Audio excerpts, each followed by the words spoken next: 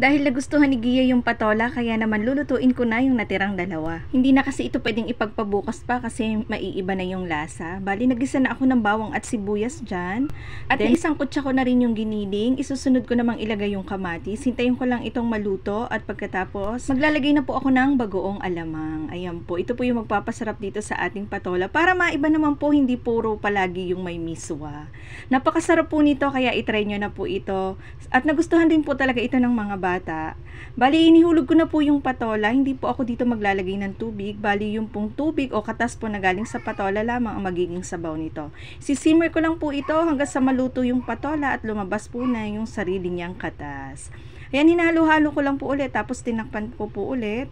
Kasi hindi pa po ito masyadong luto. Simmer ko lang po ulit ng mga another 3 minutes. At pag ganyan na po, ayan, ready to serve na po ito. Tara, kain na po tayo. Napakasimple lang po nito pero napakasarap at punong-puno ng sustansya. Sana gawin nyo rin po ito. Salamat po sa panonood. Bukas ulit. Bye-bye.